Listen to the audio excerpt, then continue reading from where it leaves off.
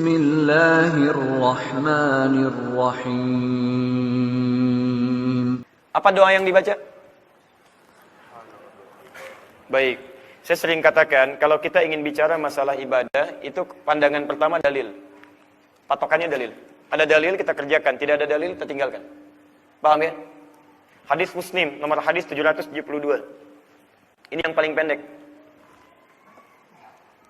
Subhana rabbiyal azim. Subhana rabbiyal azim. Sudah? Itu doa yang pertama. Saya sebutkan yang paling populer saja. Berapa kali?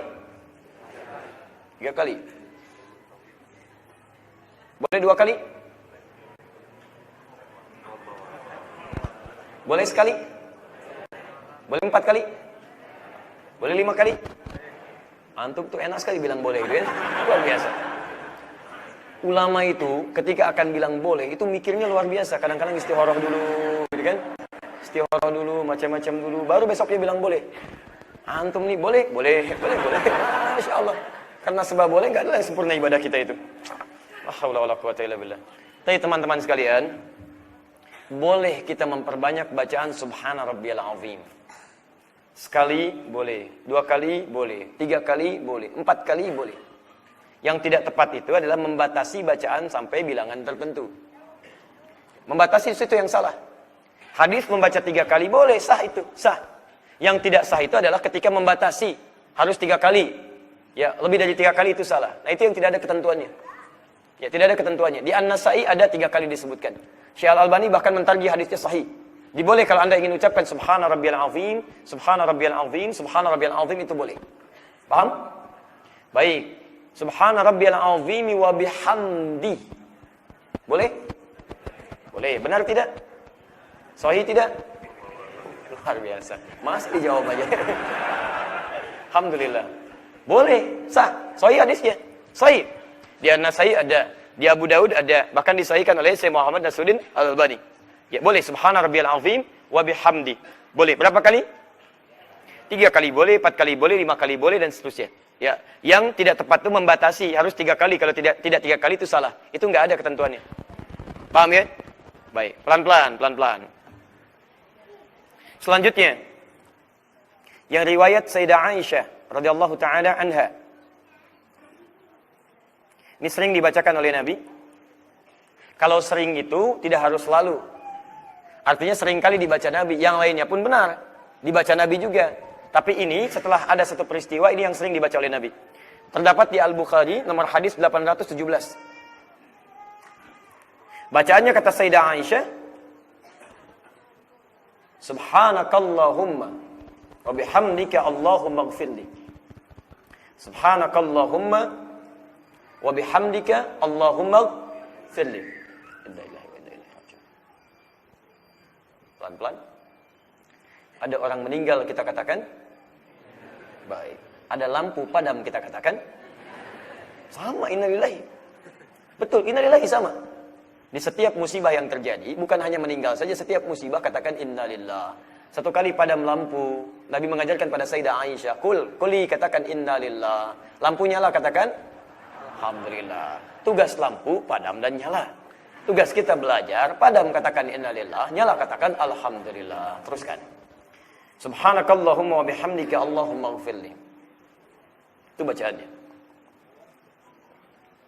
Nah sekarang, pelan-pelan ya. Tidak banyak orang tahu bahwa bacaan-bacaan tadi itu Subhana rabbiyal azim, Subhana rabbiyal azim wa bihamdi, Subhanakallahumma wa bihamdika Allahumma ighfirli, itu adalah bacaan doa pembuka dalam ruku. Doa standar. Doa rukun. Belum termasuk doa yang masuk dalam rahasia salat tadi. Jelas ya? Awas, hati-hati. Saya ulang ya. Doa yang Anda bacakan Subhana rabbiyal azim, Subhana rabbiyal azim wa bihamdi, Subhanakallahumma bihamdika Allahumma ighfirli, itu baru doa standar, doa pembuka, doa rukun. Artinya ketika ruku, Anda bacakan bacaan dalam ruku dengan doa tadi. Tapi belum masuk kepada rahasia dalam ruku. Permohonan yang disebut fadlan dengan ridwan tadi. Anda belum mohonkan. Anda baru menyampaikan doa pembuka dalam ruku. Dan ketika Anda bacakan doa ini, sah ruku Anda. Begitu ruku, subhana rabbiyal azim wa bihamdi. Anda bangun pun sami Allahu liman hamidah, sah ruku Anda. Salat Anda sah. Tapi Anda melewatkan kesempatan untuk mendapatkan peluang keistimewaan ruku. Fadla wa ridwana. Paham? Nah, sekarang kita bahas dulu bagaimana cara membacakan doa pembuka dalam ruku itu. Dan di sini dulu berhenti bacaan kita. Dan bahasan kita. Perhatikan sini. Teman-teman sekalian, kenapa bacaan Subhana rabbiyal azim, Subhana rabbiyal azim wa bihamdi, atau Subhanakallahumma wa bihamdika Allahumma ighfirli, itu kadang dibacakan sekali, 2 kali, bahkan 3 kali, bahkan lebih.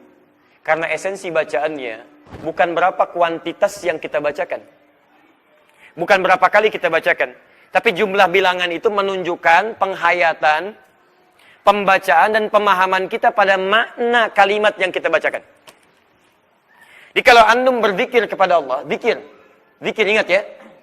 Zikir itu setiap ibadah yang kita kerjakan namanya zikir. Misal, sholat itu zikir. Quran surah ke-20 ayat ke-14. Al-Quran itu zikir. Quran surah ke-15 ayat 9. Menghafal Quran itu zikir. Quran surah ke-54 ayat 17, 22, 32, 40. Berdoa itu zikir. Quran surah ke-7 ayat 205. Istighfar itu zikir. Hadis riwayat Muslim hadis 591. Mengucapkan subhanallah, alhamdulillah, Allahu akbar itu zikir. Hadis riwayat Muslim hadis 597. Nah, ketika Anda mengucapkan subhanallah, subhanallah, subhanallah, berapa kali setelah salat? 33. Alhamdulillah berapa kali? Allahu akbar berapa kali? 33 itu yang penting bukan kuantitasnya harus 33. Yang dimaksud 33 itu bacakan sampai Anda paham inti kalimatnya. Sampai sadar maknanya. Subhanallah sekali belum paham, wajar. Subhanallah 2 kali belum paham, wajar. Tapi 33 kali belum paham juga, sampai berapa kali Anda mesti ucapkan? Di orang yang benar bacaan subhanallahnya adalah ketika orang itu memahami inti bacaannya. Maksudnya ini. Makanya ketika Anda membacakan subhana rabbiyal azim, maksudnya Anda diminta menghayati bacaan itu. Sehingga ketika Anda ucapkan, Anda ruku, ada kaitan antara bacaan dengan ruku Anda itu. Dulu, orang ruku itu, termasuk sujud, itu diantaranya adalah sikap penghormatan, pengagungan kepada raja-raja atau yang dianggap mulia. Orang Persia kalau ingin mengagungkan rajanya, dia ruku begini, melipat tangannya, kemudian di dadanya dia ruku begini. Orang Romawi ketika ingin memuliakan rajanya, dia sujud menyembah rajanya. Bagi kita, maaf, yang raja itu hanya Allah subhanahu wa ta'ala. Yang patut diagungkan hanya Allah subhanahu wa ta'ala. Yang patut diutamakan hanya Allah subhanahu wa ta'ala. Agung itu artinya utama. Agung itu prioritas. Kalau kita ingin menepikan yang lainnya yang tidak sebanding dengan Allah, maka kita katakan subhan. Yang agung, azim. Hanya Allah, Allah yang merawat saya, menyayangi saya, memaafkan saya, mengampuni saya, memenuhi kebutuhan saya. Rabbun, saya Rabbi, subhana rabbiyal azim. Kalau ada yang penting, Allah yang lebih penting. Kalau ada yang agung, Allah yang maha agung. Kalau ada yang merasa besar, Allah yang paling besar. Jadi ketika Anda ruku itu, Anda ingin menundukkan diri Anda di hadapan Allah. Dan Anda mengatakan komitmen kepada Allah. Ya Allah, mulai saat ini, tidak ada yang paling penting di hadapan saya kecuali Engkau saja. Tidak ada yang paling agung kecuali Engkau saja. Tidak ada yang paling memberikan kontribusi pada hidup saya kecuali Engkau saja. Rabbun, merawat saya, mengampuni saya, memaafkan saya dan segalanya.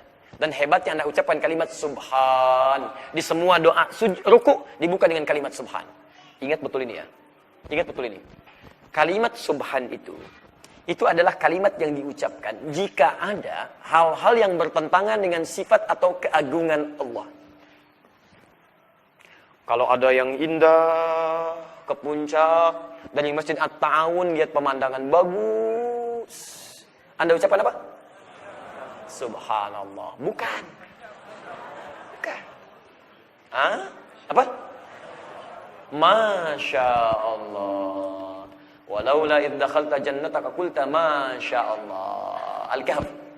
Ya, kalau kamu masuk ke dalam kebunmu itu melihat keindahan-keindahan, ucapkanlah masya Allah. Yang benar itu asalnya bukan subhanallah. Bukan subhanallah. Kalau subhanallah itu asalnya diucapkan untuk menepikan segala hal yang tidak sesuai dengan sifat dan keagungan Allah. Misal, Quran surah kedua Al-Baqarah ayat 116, paling kiri di pertengahan. Ada orang berkata Allah punya anak. Wa qalu ittakhadallahu walada. Mereka berkata Allah punya anak ya. Subhanallah. Teruskan. Subhanallah. Baik. Enggak, tadi beliau bersin, saya ucapkan yarhamukallah. Terus mau bersin lagi ditahan. Saya bilang teruskan. Baik. Wa qalu ittakhadallahu walada. Mereka berkata Allah punya anak. Subhanallah. Itu enggak benar. Enggak sesuai dengan sifat Allah. Awas hati-hati. Mereka berkata Muhammad, maaf, Tuhanmu gila. Bisa memperjalankan hambanya dari Masjidil Haram ke Masjidil Aqsa, naik ke langit cuma semalam. Turun ayat Quran surah 17 ayat pertama. Subhanalladzi asra bi'abdi. Enggak benar tuduhan Anda. Tuhan saya tidak seperti yang Anda gambarkan. Tidak layak sifat itu melekat pada Tuhan saya. Dialah Allah yang maha suci dari semua sifat yang Anda sebutkan, yang telah memperjalankan hambanya dari Masjidil Haram ke Masjidil Aqsa, naik ke langit cuma semalam. Jadi kalau Anda ucapkan kalimat subhan, asalnya pada yang tidak sesuai dengan ketentuan Allah. Paham? Tapi kalau pada yang indah-indah, yang baik-baik, bagus-bagus, ucapkan Masya Allah. Maknya, mak ta'ajub, mak kekaguman. Sya'nya, harapan supaya terus berlangsung. Jadi kalau Anda ucapkan Masya Allah, lihat kebun yang indah, pemandangan bagus, artinya, Ya Allah, saya kagum dengan penciptaanmu ini, Ya Allah. Kalau bisa jadikan setiap saya datang ke sini, selalu terlihat indah seperti ini. Itu Masya Allah. Jangan salah tempat, ibu lihat anak nakal, susah diatur luar biasa. Ibu ucapkan apa? Masya Allah. Ya Allah, sungguh saya kagum dengan kenakalan ini. Kalau bisa teruskan, ya Allah, teruskan. Baik ya. Kadang-kadang kelihatan sederhana, tapi penting gitu. Penting. Baik ya. Nah asalnya, Subhanaka ma khalaqta hadza batila. Itu kalimat subhanallah yang diucapkan pada yang indah-indah. Asalnya bukan ingin mengungkapkan keindahannya. Maksudnya menolak ada zat lain selain Allah yang menciptakan ini semua. Karena ada yang mengatakan ini ciptaan sipulan. Bukan, ini ciptaan Allah. Subhanaka ma khalaqta hadza batila. Ya Allah, maha suci engkau dari semua yang disifati oleh yang lain. Ini hanya ciptaanmu saja. Paham? Sekarang lihat kalimatnya. Ketika Anda mengucapkan dalam ruku subhan, lalu Anda ruku, Anda tunjukkan hanya untuk Allah saja. Lihat, hanya Allah yang penting, yang prioritas, yang agung, yang hebat, yang akbar, yang azim. Pertanyaan saya, lihat sini ya. Kalimat subhan diletakkan dengan Rabbun. Rabbun itu yang merawat, yang memelihara, yang memberikan kecukupan, memaafkan, mengampuni. Maaf ya, maaf. Ketika Anda mengatakan subhan, artinya Anda akan menepikan segalanya selain Allah yang tidak penting. Kalau orang yang menjadikan prioritas, artinya yang prioritas yang paling utama, yang tidak penting disimpan. Lihat sini. Antum mau ke pasar. Saat bersamaan jam 8 ada taklim. Mana yang paling penting? Taklim atau ke pasar? Belum tentu, Bu. Belum tentu, hati-hati. Kalau nanti di pasar ada kebutuhan yang sangat krusial, yang harus didapatkan pada saat itu juga, gitu kan? Ibu harus ke pasar dulu, baru kemudian ambil barangnya, baru kemudian pergi ke taklim. Ibu ditunggu-tunggu ada obat, dia pergi ke apoteknya itu di pasar itu. Berangkat ke sana, ya ini ditunggu-tunggu, darahnya terus mengalir, cepat ambil ke sana. Maaf, saya mau taklim dulu. Maaf, tidak bisa. Berangkat ke pasar, baru ke sini, itu prioritas namanya.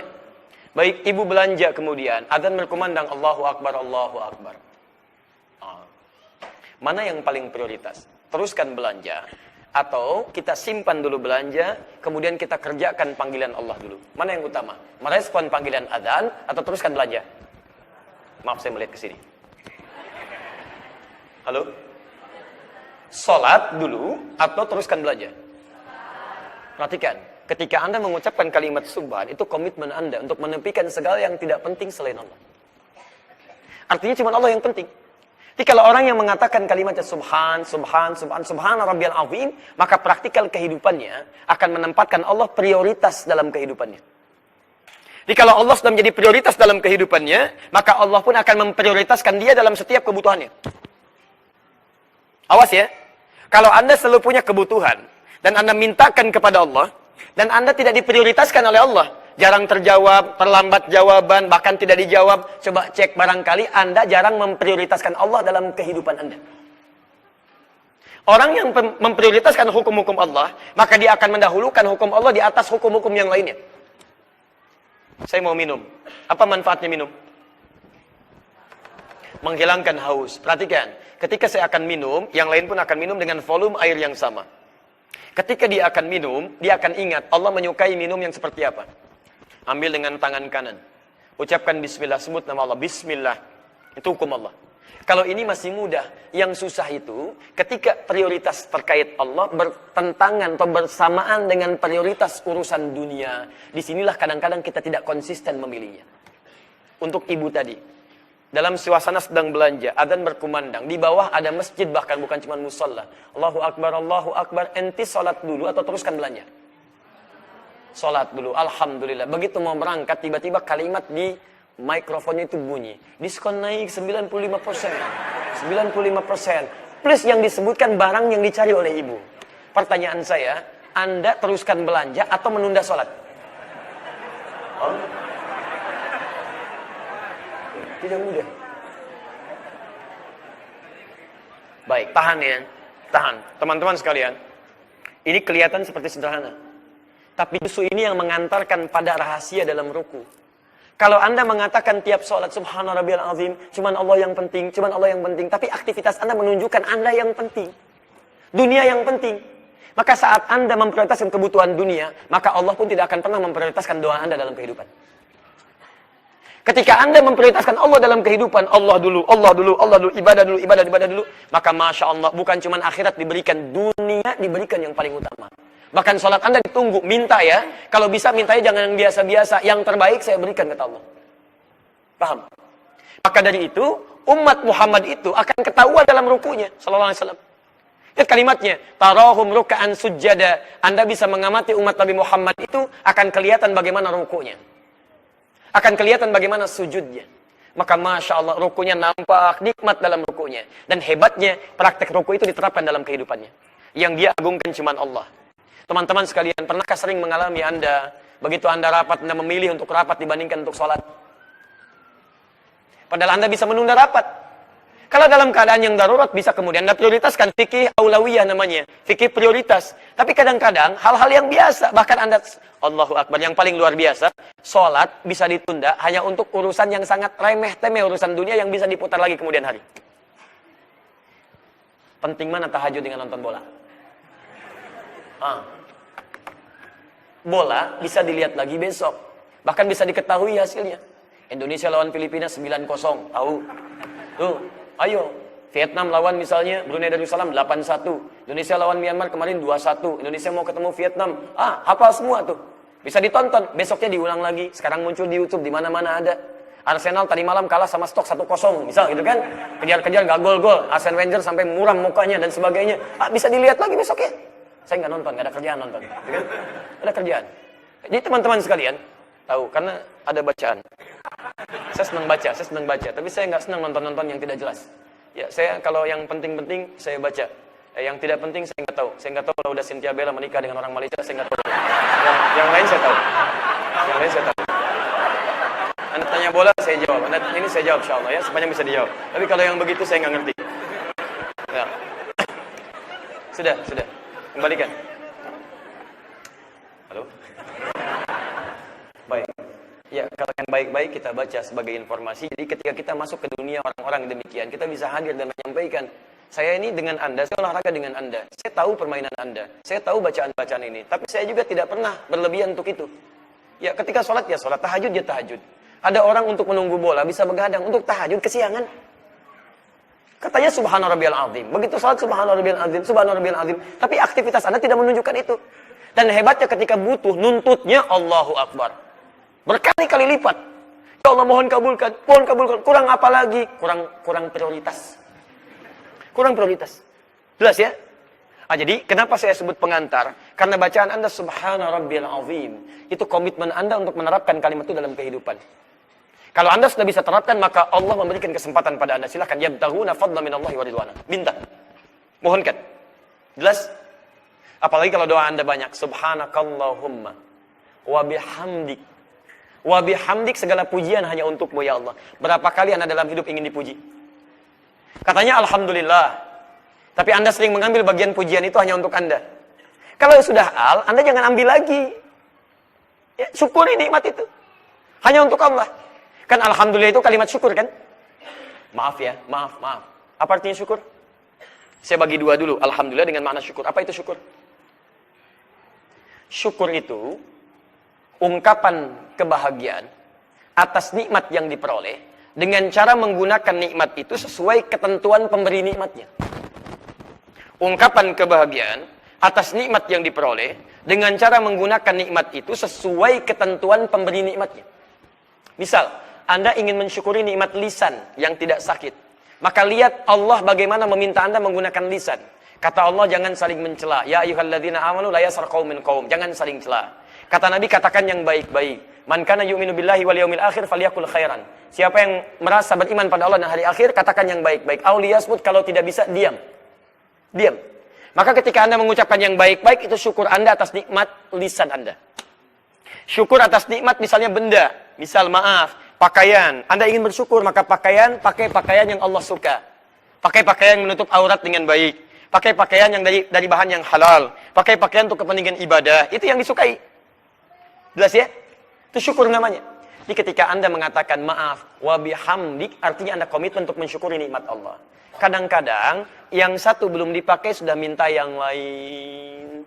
Anda sudah dapat sepeda, minta apa? Anda sudah minta motor, dapat apa? Anda sudah minta mobil, dapat apa? Mau ditaruh di mana? Sepeda saja, belum sempat mengantarkan Anda ke masjid, Anda sudah minta motor. Motor saja, belum sempat mengantarkan Anda ke taklim, sudah minta mobil. Mobil saja, belum sempat dipakai ibadah, sudah minta pesawat. Kalau dengan sampai pesawat sudah Anda miliki, belum sempat meningkat ibadah, Anda mau minta apa lagi? Coba ya terangkanlah, gitu kan, butuh apa lagi Anda? Hah? Mau apa lagi? Tuh, sampai lampu kaget padam. Sampai lampu aja kaget gitu kan. Paham ya? Adik teman-teman sekalian, coba cek, barangkali Anda kebanyakan minta yang ada aja belum disyukuri. Terakhir, Allahumma gfirli. Itu yang paling hebat. Makanya saya sering memprioritaskan yang doa Al-Bukhari itu. Yang subhanakallahumma bihamdika Allahumma gfirli. Karena menggabungkan 3 unsur sekaligus. Kalau yang subhana rabbiyal azim itu kalau cepat-cepat, yang singkat-singkat. Karena itu cuma mengambil 1 makna saja yang subhan. Wa bihamdik 2 makna. Allahumma gfirli 3, yang terakhir itu evaluasi kita. Allahumma gfirli, ya Allah ampuni saya ya Allah yang kadang-kadang kurang subhanallah dalam hidup. Ya Allah ampuni saya ya Allah yang kurang syukur dalam hidup. Ya Allah ampuni saya ya Allah yang sering memprioritaskan dunia dalam kehidupan. Anda bisa nangis ketika Allahumma gfirli. Ruku. Pernahkah Anda mendengar riwayat ketika Nabi ruku? Masya Allah, lamanya luar biasa. Pernahkah Anda mendengar kisah tentang seorang sahabat yang ketika ruku, sampai temannya pulang dari pasar, dia masih ruku juga? Saking menghayatinya. Saking mohon ampunan kepada Allah, takut dalam hidupnya tidak subhanallah. Takut dalam hidupnya tidak syukur kepada Allah subhanahu wa ta'ala. Karena itulah ketika selesai bacaannya Allahumma gfirli, Allah bentangkan pada dirinya, kamu mau minta apa? Apa yang kurang? Maka disitulah Allah akan berikan dalam kehidupannya. Paham sampai sini? Nah kalau sudah paham, coba antum rasakan dan praktekkan dulu dalam kehidupan sebelum sholat. Praktekkan subhanallah, praktekkan wa bihamdi. Ketika antum dalam ruku, rasakan itu semua, katakan Allahumma gfirli. Jelas? Kalau itu sudah dikerjakan, ada peluang untuk meminta kepada Allah, memohon fadla, memohon ridwan. Bagaimana cara memintanya sesuai dengan tuntunan Nabi, itu materi kita di pertemuan berikutnya nanti.